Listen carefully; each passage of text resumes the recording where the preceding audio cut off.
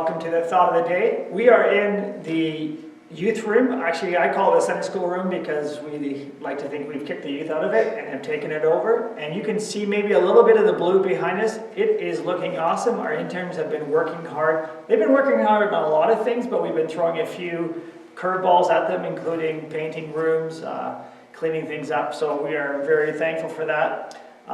So I'm looking forward to the day when we can be back in here. This week we've been talking about prayer, and I hope you've been encouraged and challenged by the thoughts for the day, and I hope your prayer life has just kind of been encouraged and pushed forward as we've been talking about that. I just wanted to touch a couple of things.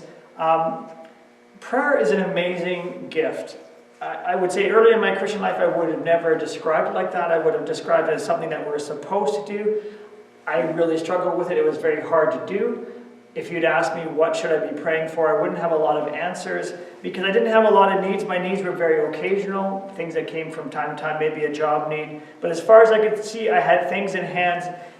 And in some ways it was a pride thing. One of the gifts of getting older is you see more and more clearly all the ways you need God. And I really appreciated, was just reading last week in this book, a section in a Piper book, talking about the call to prayer in 1 Peter 5, 6, and 7.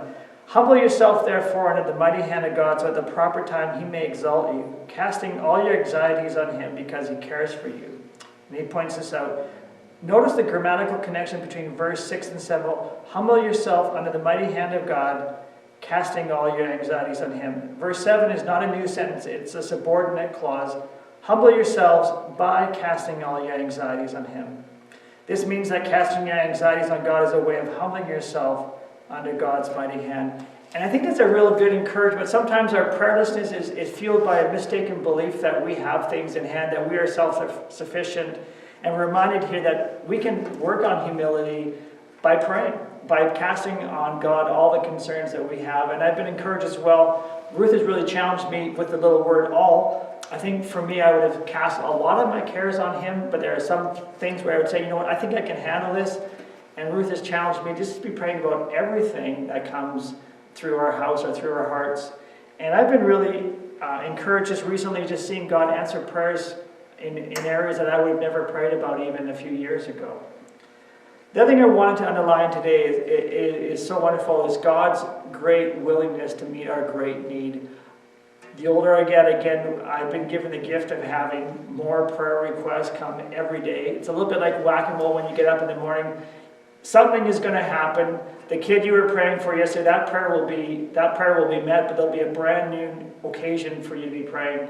And it is awesome to see how God delights to meet our great need. So many great presences. We talked earlier about coming into his presence with boldness, knowing that God is going to give us grace and mercy in our time of need. God promising in Philippians to supply all our needs according to his riches and glory in Jesus. He promises peace to those who ask. God is more than willing to help his children. And a verse I often come back to because I need to remind myself of it. I have it memorized, but it doesn't mean just because it's memorized that I remember it. In Romans 8:32, he who did not spare his own son but gave him up for us all, how will he not also with him graciously gives us all things? Paul reminds us of all that God did in sending Jesus Christ to our world. Love has never traveled farther. Love has never descended deeper. There was no act that was more costly than the cross. And Jesus did all that. He went to the cross, suffered at the hands of sinful man, was accused of being exactly who he was, and he died in our place and rose again. And Paul says if he did the hardest thing, if he did the costliest thing, and he did it willingly, if he paid the price of our sin and met our greatest need, you can be absolutely sure that God is willing to meet those smaller needs that we encounter every day, all the time. God is willing and he is able and he delights to answer. So my encouragement to you and my encouragement to myself is let's be going into the presence of God with that confidence that he's already proved his love in Jesus Christ. And through that we can be reminded that if he's done that great act, he's willing to meet our little needs in a day-to-day. So let's be praying as a church. These are amazing days of opportunity. I've appreciated hearing that from a few people who say they're excited about what God is going to be doing in these days. Let's be praying together, praying that God would glorify his name, that God would meet the many needs that are popping up every day all through the church and all around us in the community. And let's be asking God to glorify His name. Let's just pray together.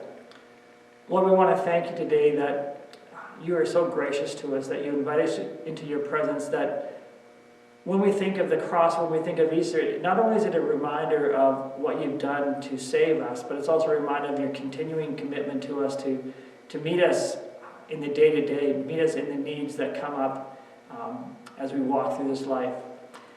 And I just pray, Lord, that you just be working in great power in these days. We're praying for each one of us as we live in different communities. We're praying, Lord, that our testimony would be clear, that you would give us wisdom and opportunity in our conversations with friends and neighbors, that you would just expand your kingdom in these days. And Lord, we're praying, without being specific, there are a lot of very big needs in the life of our congregation, and a lot of very big needs in the life of those that we serve through this church normally, through our programs, or those we know. And we're praying, Lord, would you just meet those needs for the sake of your glory. We pray this in Jesus' name. Amen.